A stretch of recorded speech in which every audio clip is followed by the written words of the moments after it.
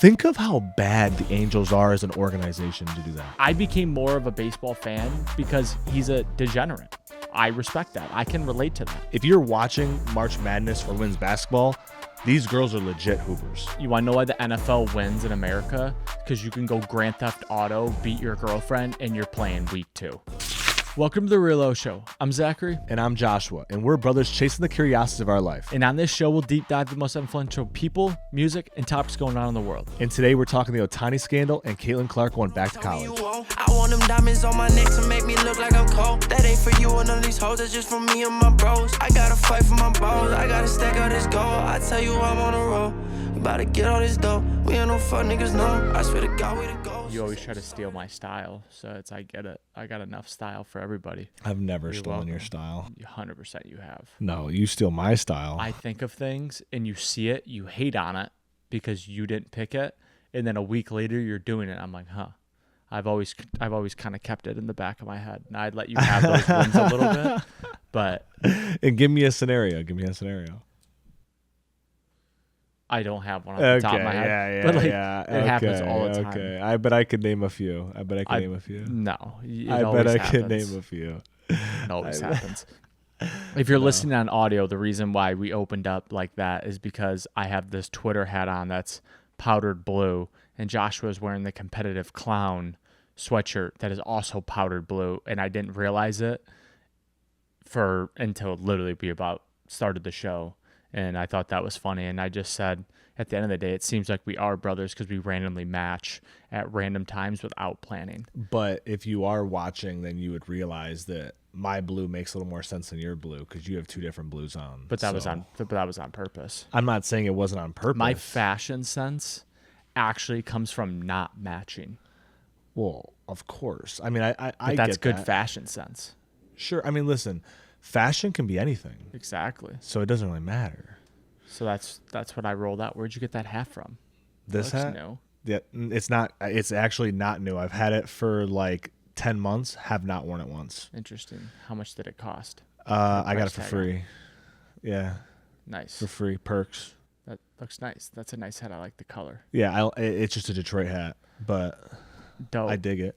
Dope. I dig it. Speaking of the Detroit Tigers, Detroit Tigers 5-0 right now to start the season. We're not big seam heads, as they say it. I mean, if you want to talk about that, we can talk about this. Javi Baez is the worst Major League Baseball player of all time. I don't even know who that is. And he robbed the Detroit Tigers of $200 million. I don't even know who that is. He's the shortstop. Super swaggy, played for the Cubs, won a World Series. That's great, but he won hits really far home runs, but the dude could, a 12U pitcher on a travel baseball team could strike out Javi Baez. You think so? He's the worst baseball player of all time. I don't know. I mean, listen. He literally strikes out like 65% of the time. Listen, that's the MLB though for you. No, but listen, no. Let's not even go on that because I kind of want to go on a different tangent because speaking of baseball, the Oakland Athletics. Shout out Max Schumann and JJ Bleday. Yeah, I was going to say shout out to the boys, but your boys, they're your friends, went to school with, played baseball with them. Those guys are living modern day Major League, like the movie. Yeah. The one with fucking Charlie Sheen in it. The owner's trying to literally throw the whole season. This is the second season in a row the Oakland's owner has just thrown away. I forget the fucking guy's name, something Fisher. Yeah. Whatever the fucking guy's name is. Absolute rat. I just think it's hilarious. But aren't they already guaranteed moving to Las Vegas? No, they're guaranteed to move to Las Vegas. So why does it matter? But to me though, it's like one, Las Vegas doesn't even care about a baseball team. And two, you don't know that. No, they've literally said that. Like, there's been no open fan base. Like, even, when they were showing all those mock-ups of the stadiums, that was literally just propaganda. They didn't even have that land. They were just like, oh, what do you guys think about this? This could be it. I like that. Of course. But like, Zachary, I could make a nice little picture. I could put a little AAA picture. teams in Las Vegas already. It doesn't matter. So maybe they'll just use their stadium. They might, but why would they not? Like, you that's the thing though. When it goes to Vegas, it has to be a certain level. It has to go to a certain level. Like Vegas is that like showtime. You go there and you expect a certain level. So you have to take it there. That's a lot of money. And to me right now, when you have an owner that's so fucking cheap, there was raccoons and fucking shit living in the dugouts and like the press box. Didn't give a fuck. Won't care. Doesn't care. Doesn't go to the games. Doesn't give a fuck. That guy's going in there and he's expected to have this high class, high caliber thing. That seems a little crazy. That really shouldn't be allowed from an owner. Like, you should be able to get overruled. Fine. The MLB should be able to come in there and be like, listen, you have to fix this and put the money. But you know into why it. they can't do that? You want to know why they won't do that? Why? It's because the MLB doesn't decide. The commissioner doesn't decide. It's the other owners who decide. And you want to know what the other owners don't like doing? They don't like going against other billionaires. Yeah. You don't throw rocks at a glass house, right? You don't throw rocks at a glass house, but let me paint you another scenario. Right now, you might be on your high horse, your team might be good, but what happens when your team's, you want to rebuild and you want to kind of throw a couple games so you get a higher draft pick? So then those rules that you just wrote to someone else are now going to come back and bite you in the ass. So a lot of owners are just like, nah, let them do their own thing. And to be quite frank, they don't really give a fuck. Let them be a shithole over there. That's but the problem is, though, I think Oakland has gotten stripped of a lot of pro sports teams. And this is just another scenario of like, they do have fans. The team is 1-6 right now. And it's embarrassing because like, they're not even getting a chance. They don't even give a fuck. It's a dumpster fire. Absolute dumpster fire, which made me think. I had this thought today. Mike Trout, and again, I'm not a seamhead. Mike Trout is in his 14th season of baseball, which I was like, holy fuck, I'm old. He's only been to one playoffs against the Royals, and he got swept in 3 games. That's Mike Trout. Like, think of how bad the Angels are as an organization to do that. They've also had one of the biggest payrolls, and they still can't make the playoffs. They are poisoned. That's a poison organization. I mean, honestly, I don't understand how you can spend 14 seasons and only make the playoffs once. But, dude, they had Ohtani, Trout. It's really been their pitching. And then once again, but it's I don't chronic. give a fuck about baseball. Let's actually talk about what matters because I'm over that conversation. Ohtani, who's the only fun thing about baseball and the only relevant thing about baseball. Let's talk about his bookie. Listen, I became more of a baseball fan because he's a degenerate.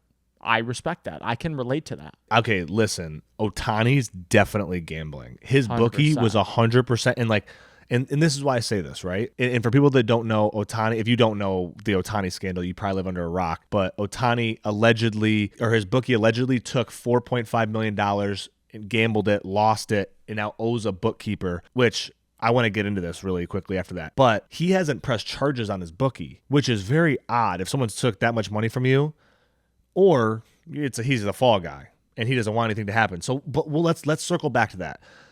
The bookkeeper that he actually has, this is a way deeper case, and this is why I think the MLB is going to get away without even suspending Shohei at all, okay?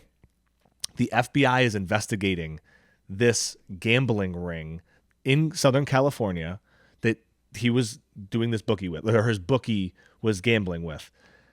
The FBI is now investigating it, and they're saying that there's ties back to Vegas, like casinos in Vegas, all these other things. So it's like this massive, massive thing. So when I hear that, all I think of is this is going to take years and years and years and years to uncover. And you want to know what the MLB said? We are going to wait, and we're going to wait and see what the FBI says.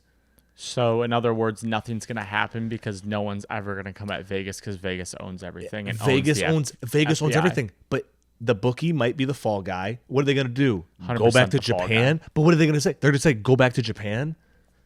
No. You think he's going to go? He's the best thing in baseball. He's untouchable. As soon as it broke, I was like, nothing's going to happen. You cannot suspend your best player. If he wants to gamble, let him gamble. You want to know? And also it's like the Pete Rose thing, which is like very outlawed to like the old heads, which are fucking irrelevant because baseball hasn't been relevant in multiple decades. Pete Rose is one of the best baseball players ever, but they won't let him in the Hall of Fame because he was betting on his own team to win. He wasn't point shaving. He was betting on his team to win. I think you got to reinstate Pete Rose at this point because if you don't do anything to Shohei, which I don't think they should. And I've talked to like some real fucking baseball lovers, and they're like, you gotta suspend him for the whole year, And that's it's why just like, baseball's not cool. And again, I'm just like, you're fucking so stupid. You want to know why the NFL wins in America? Because you can go Grand Theft Auto, beat your girlfriend, and you're playing week 2. Yeah, And I'm not saying that's right. We're not justifying it, But but that I'm is just the saying truth. If they you're play good week enough, 2. if you're good enough, yeah. On your 4th offense, you miss 8 games. When was the last, and I know the answer to this, when was the last time baseball was like in the national spotlight, people were genuinely talking about it? Probably early 2000s. I think it was the steroid era. What was that? Do you put I don't a year even. on that? Yeah, it was 90s, Mark 2000. McGuire and Sammy Sosa was 90s, the climax. Yeah, 90s. That was the peak. But that's my point is, right? But it was still relevant early 2000s. But this is what I was going to say, right? Those guys aren't even allowed in the Hall of Fame. They're shamed, right? They're shamed. They're like, you fucking took steroids.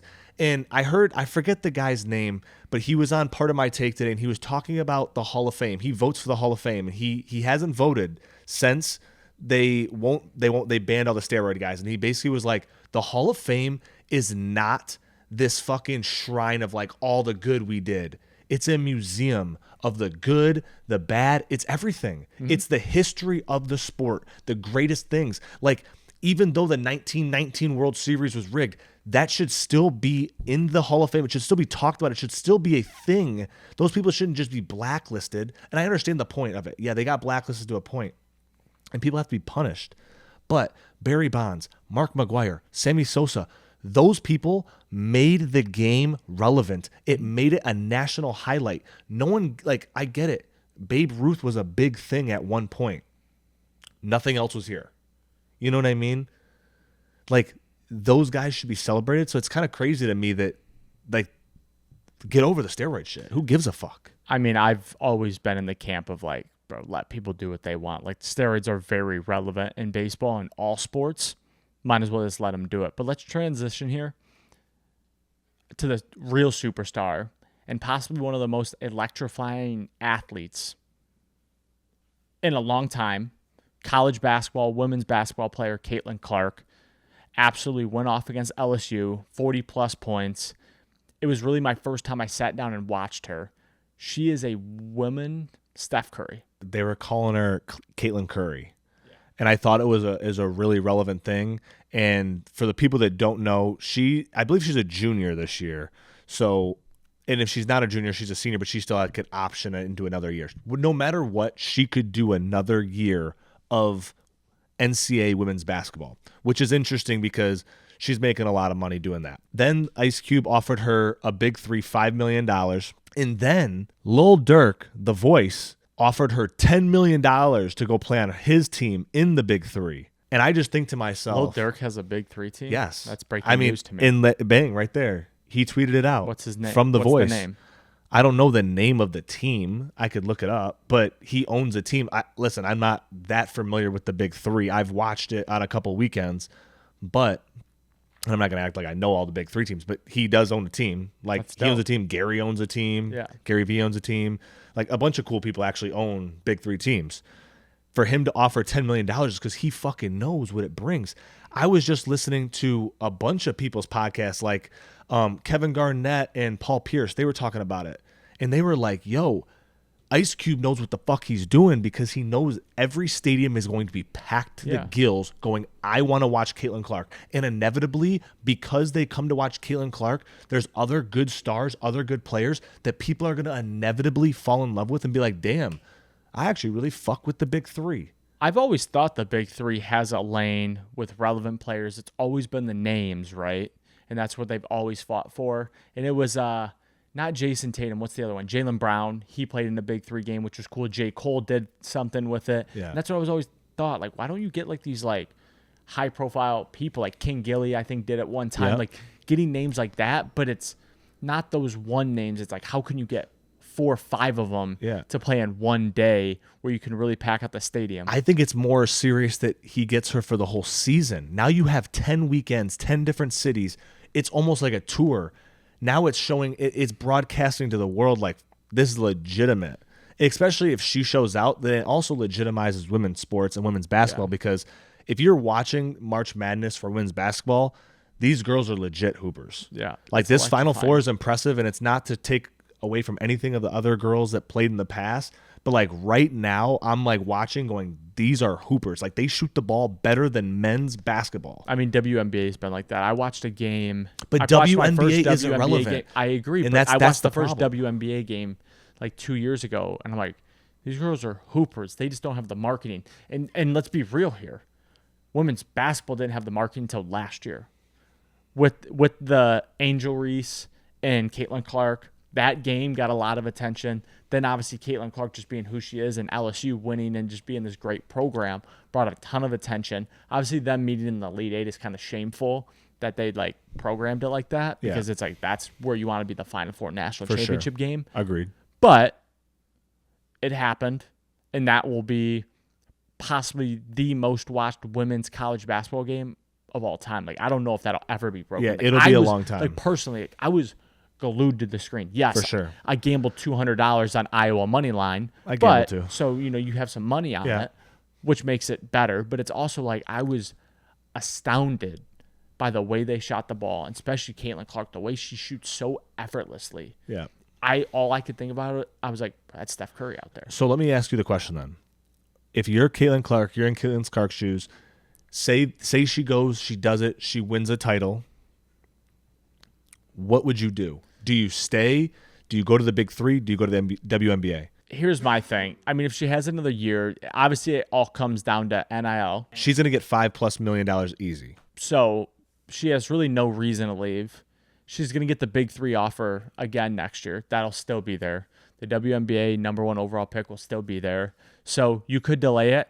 But my thing is, if she goes to the Big Three, like there is a risk that she gets embarrassed. There is, because these grown-ass men who played in the NBA aren't going to be like, I'm going to let this girl just hoop on me. And the thing is, though, if you do watch the Big Three, it's physical.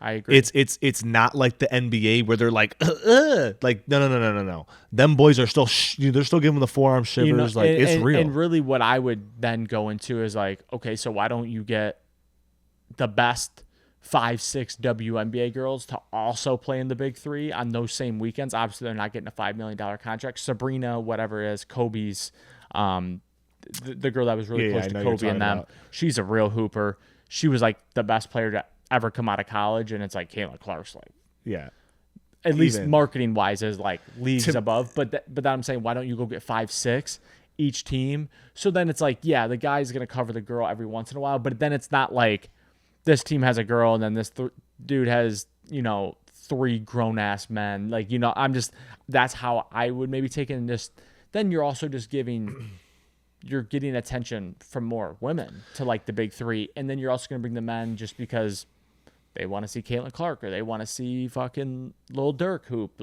And that's where I think they could attack it, and that would be the best marketing in my opinion. Yeah, I'm going to be honest with you. I think that for her sake, staying in college makes the most sense. And I say that from it's not just about the money, because like hindsight 2020, if Dirk would pay her $10 million, that'd be more than what she would make in NIL probably. But with that being said, I think the branding is everything. And I think Caitlyn Clark will be the testament of how shitty the WNBA is in a sense, because if she goes there and we don't even hear about Caitlyn Clark again, I don't think that'll happen. But that's my point, right? I don't think that'll happen. But that's my point. I think that Caitlyn Clark is bigger than the WNBA, and I have no hate for the WNBA. She is bigger than the WNBA, and at some point, like, there's going to be a little push and pull, because like $76,000 ain't going to keep her there. $200,000 ain't going to keep her there. Like, if you want to be legitimate, they have to bring in real dough, but I also think that she's going to bring in money. They might have to give her a messy deal to get her into WNBA where she has a share of it and she grows the sport. Like, to me, that's the only way. If you're Caitlyn Clark, like, I know I said it. I said Williams. What the fuck? Caleb Williams. I said Caleb Williams was a fucking idiot for asking for equity in a team. I thought it was crazy because I was like, bro, you haven't played a snap. That's absurd. Caitlyn Clark, on the other hand, I think in a league that's not solidified like the NFL is, like the NFL is a legitimate league. It's the league. So you can't just come in there and demand shit. But a place like the WNBA and you're that big of a superstar, I think Caitlyn Clark could be in there and not only be like, I want a piece of just the team, like maybe just the team, maybe like a piece of like TV, I don't know. Maybe that's a little too crazy because the TV deal is probably a lot. But there has to be a bigger piece for her because she is legitimately going to bring people into the stadium. But the problem is, though, if it's only one team, that was the one thing I thought about Messi. It's like he does bring recognition to the league, but it's only one game every fucking, season, right? Like he goes to New York. Okay, he packs New York. Okay, he goes to, Florida. Okay, he packs there. But like all the other teams, they don't really have the buzz. It's just Messi that has the buzz. Yeah, but it's in hopes you show up to a stadium that's in your For town sure, and and then you you like actually it. fall in love Yes, with it. And then you're like, I exactly. want to go to another game when Caitlyn Exactly. Clark's not here. Also, the tickets become way more expensive when Messi's there or Caitlyn Clark plays there. But let's leave it there. If you made it this far, drop a like, leave a comment, subscribe, follow along. Go check out our newest vlog. What was it? We crashed a 12-hour live stream. Yeah, we crashed That's 12-hour out right live now. stream. Gonna get back on the vlog. It's been 3-4 weeks. I don't know. It feels like we haven't dropped in forever, but go check that out. Show some love, and we appreciate you tuning in. Yeah, appreciate you guys. I want them diamonds on my neck to make me look like I'm cold. That ain't for you and none of these hoes, that's just for me and my bros. I gotta fight for my balls, I gotta stack out this gold. I tell you I'm on a roll, we about to get all this dough. We ain't no fuck niggas, no. I swear to God we the ghosts, this ain't the story they told. Man, if you know, then you know.